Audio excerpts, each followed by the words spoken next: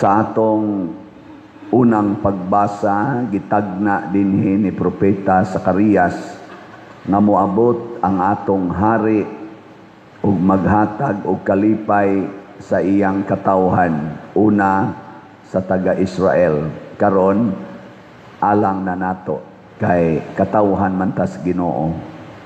Nya niingon diri, muanhi kanimo ang imong hari, muanhi nga madaugon ug mapaubsanon. So ang kanideng atong hari nga mao ang Ginoo, mao si Hesukristo, madaugon apan mapaubsanon. Hilingay mong tupad na nagkita na mo sa atong hari. Nagkita na mo. Wow, daghan kayong wa kakita sa hari. Mao nang niingon diri sa atong ebanghelyo si Jesus, O Amahan, Ginoo sa langit ug sa yuta, nagpasalamat ako kanimo kay gipadayag mo man ngadto sa mga walay kahibalo ang imong gililong sa mga maalamon ug sa mga makinaadmanon. Kinsa may dili makakita sa atong Ginoo, inigabot niya kadtong mga taong maalamon ug makinaadmanon. Ug kinsa man ning mga tawo nga maalamon ug makinaadmanon nga dili kakita Ginoo, kun arita mo base sa atong ikaduhang pagbasa, ningon diri, busa mga igsuon. Sa to? Kun magkinabuhi kamo minanduan sa tawhanong kinaiya, mamatay gayod kamo. So kini diyang mga tawo nga dili kakita Ginoo, mao ni ang mga taong patay na. O kinsa man ni mga taong patay na, kanang minanduan sa tawhanong kinaiya. Apan matod pa diri ni San Pablo, apan kun pinaagi sa Espiritu, patyo ninyo ang tawhanong binuhatan, mabuhi gayod kamo. Ang makakita ra Ginoo kana rang buhi. Ngilingay mong tupad na patay na ka o buhi. Pangutan na ba? Panalitan kanang patay o mangayo kag kwartas patay, muhatag pa na, dili na. Dili na. Pero kanang buhi, ang patay, magpalimos, butangag limsanan dirispuhan sa minatay sa may lungon. Ang muduaw nga buhi pamailhan animo kay mukuot man na nya muhog didto. Pero kanang mga patay na nga niduaw sad di ginamuhog. Pasabot ang patay dili na mubati. Ang buhi ray dunay pagbati.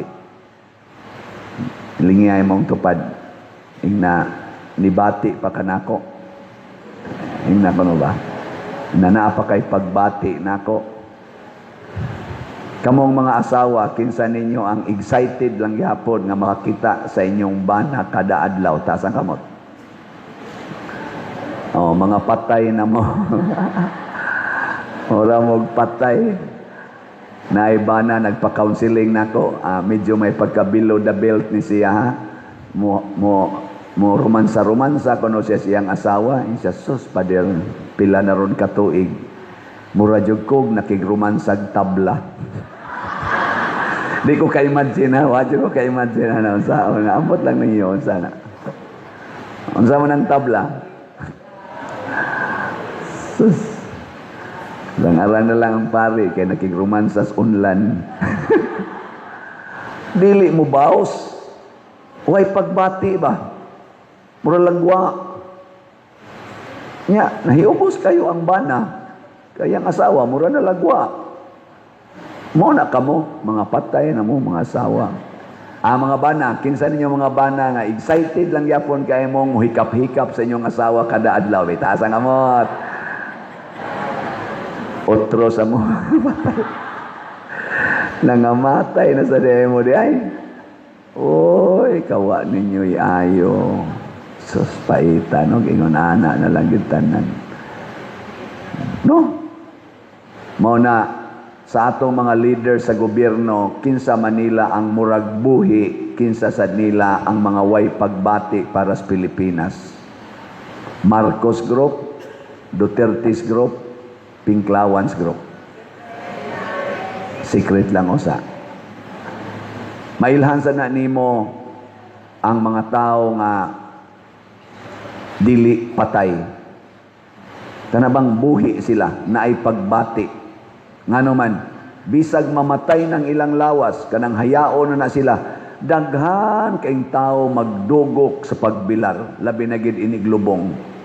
Pero kana gani mga animal nga tao, buhi pa, gilikaya na, ikamatay, muingon pa, mirisi.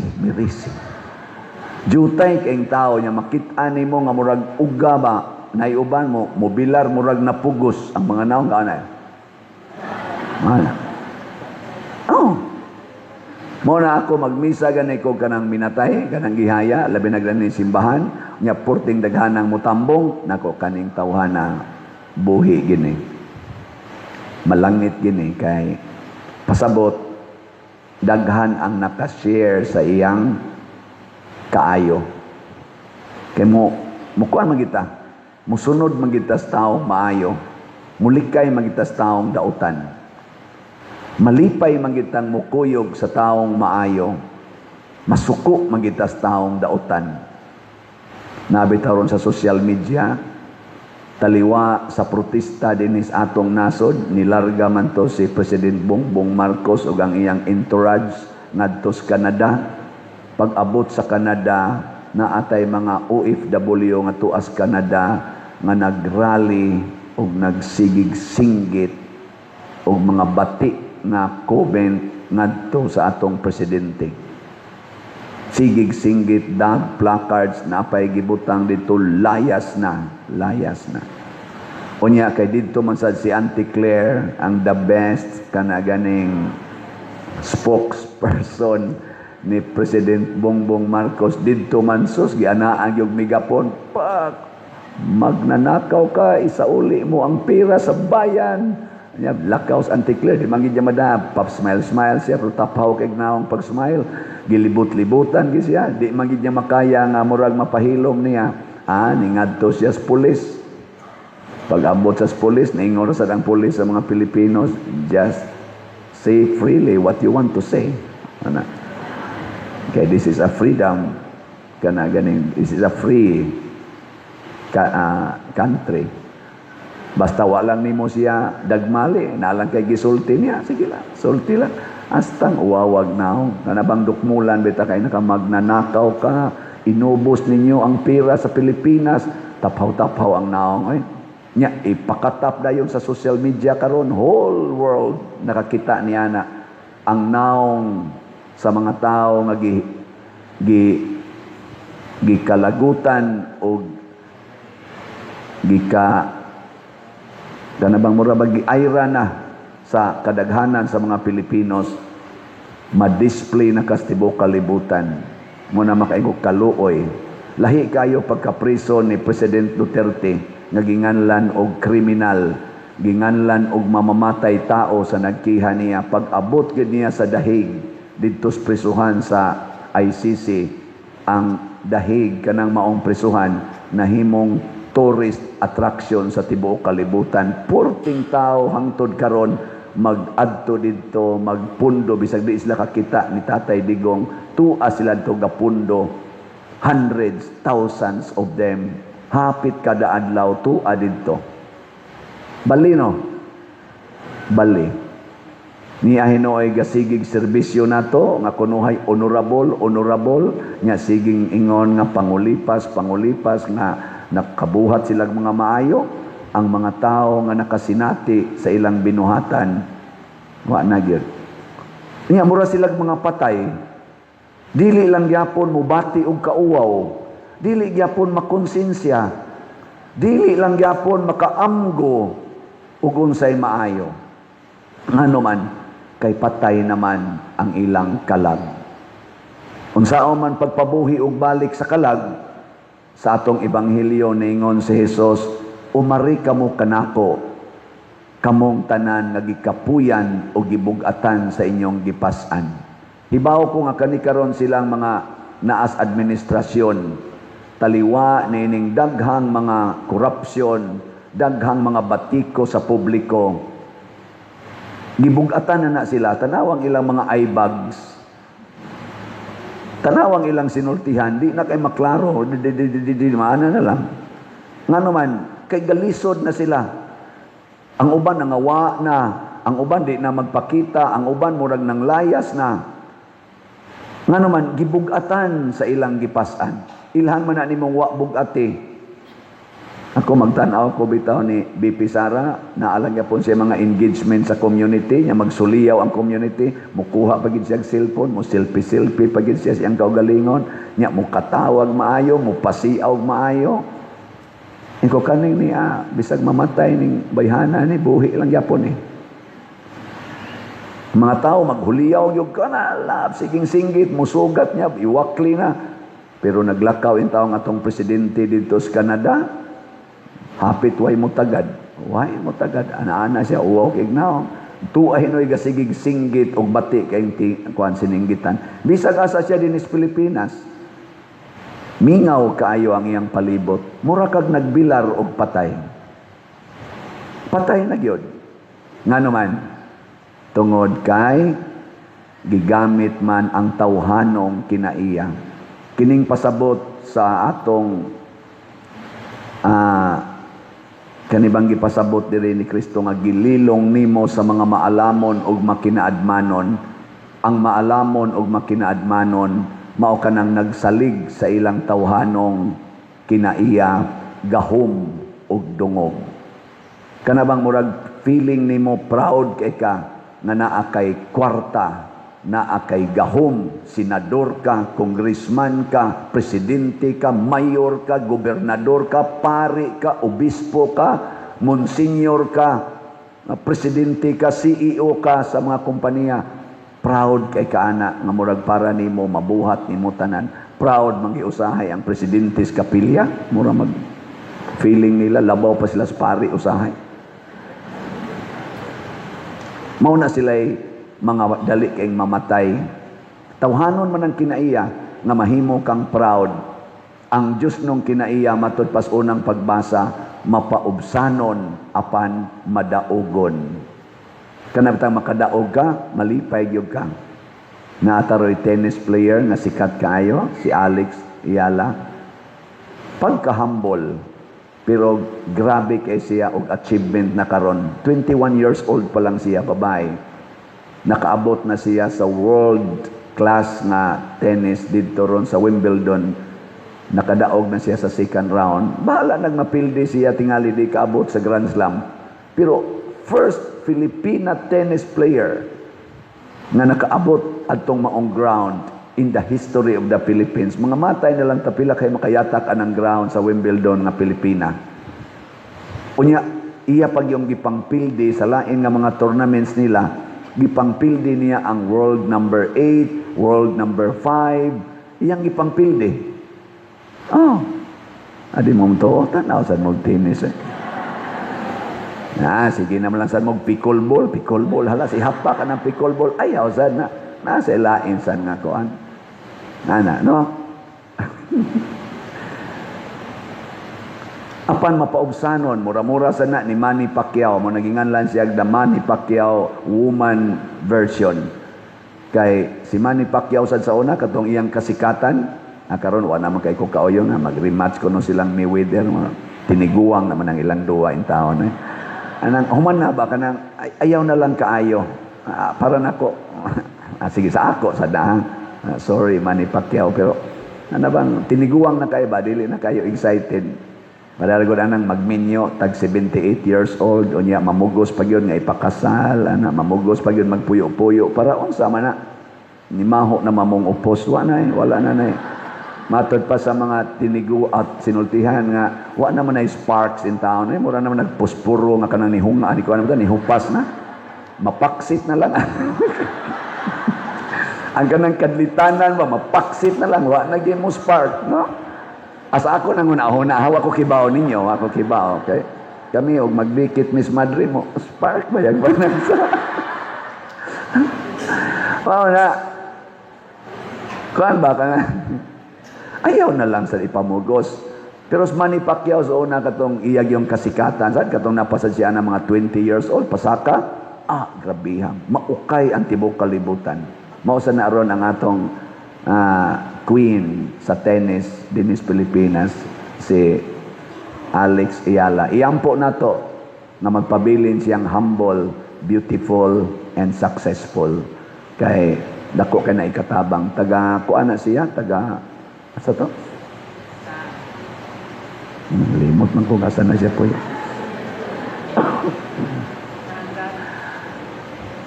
Unya, unsa may buhaton, matod pa sa Salmo, daygon ko ang imong ngalan sa kahangturan, akong hari ug akong Dios.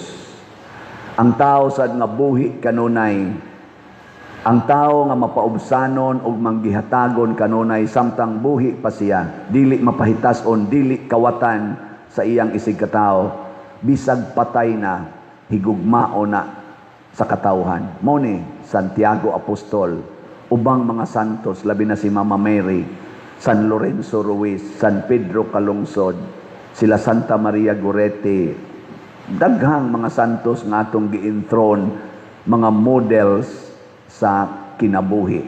Buhi sila kanunay. Lingyan sa dimong tupad.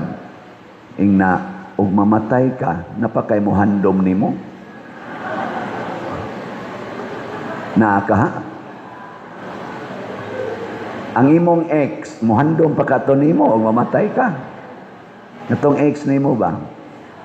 Mailhan mo na nimo kon buutan gyud ka kay bisan katong imong ex mo kuanto mo bilar to nimo. Hasta pa gani ang iyang kabit sa imong bana mo bilar nimo.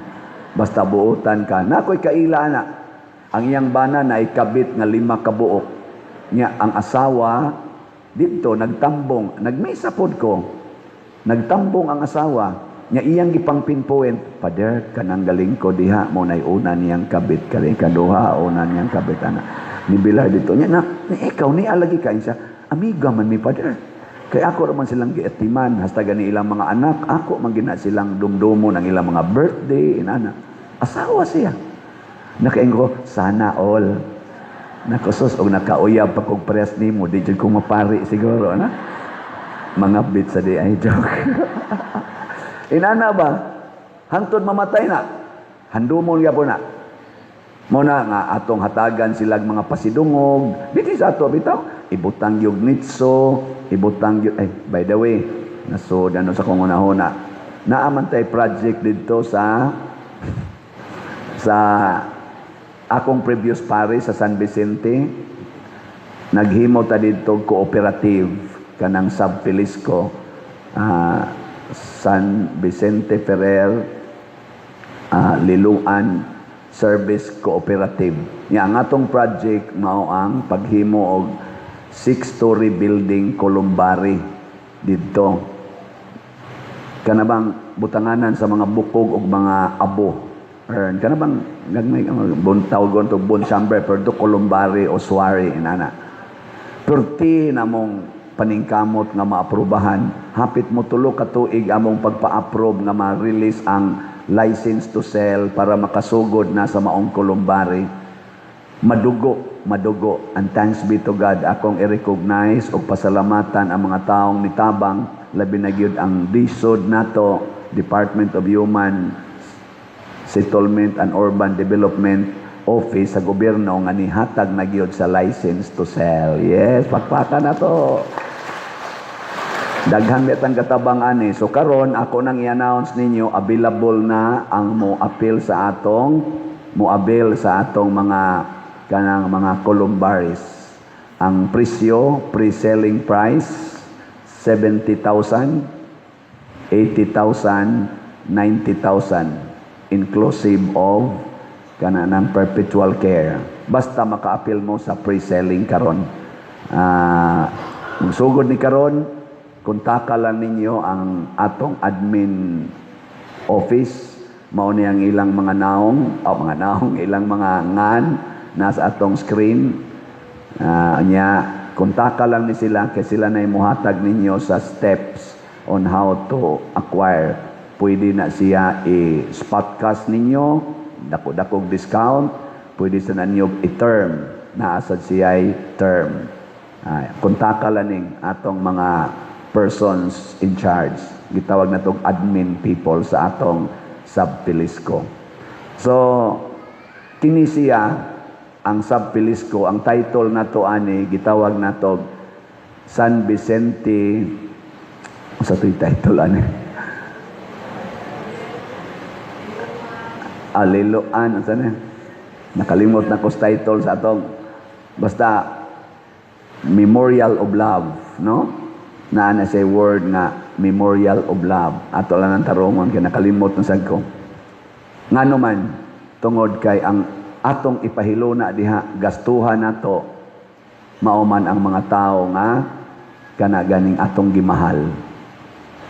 Nya, kung gusto sad mo mag-business, para sa mga business-minded people, invest na mo karon sa atong Columbari, kay pre-selling pa ni, almost times ko ani siya mapunanig mga 50 to 60% siguro kung mahuman na. Once mo start na ta sa construction, few months from now, ato dayong i-increase ang iyang price. Muna 70, 80, 90,000 sa lain-laing. Uno man ni siya ka level sa kada floor. Yan, naghimutag 6-story building, muabot ning mga 19,000 plus ka mga Columbaris. O ganahan mong mukuan, labi na Tagaliluan, kay dool ra ninyo dito, o Compostela, apil na sad ang Mandawi siguro, Lapu-Lapu, dool ra kayo, diha sa Liloan. Sunod na lang ta mo pakita sa iyang features, kay nagpa-approve pa mi, ongoing pa ang process sa pagpa-approve dito sa DSOD about sa atong advertisements in online or in brochure. Nagpa-approve pa ta, di pa ta allowed na mo pakita sa iyang features. Pero soon, we will show you. Pero karon start na ta og pre-selling. Ako lang ning gisgutan tungod kay paningkamot sa dinato nga makaalagad sa ato mga minahal sa kinabuhi, niya ang ato sang proceeds ani, itabang nato sa simbahan og sa katilingban kay cooperative man ni siya, composed of people who are active in the church. Ato ning gihimo aron atong ikapaambit ang kinabuhi ni Kristo, dili ang kamatayon.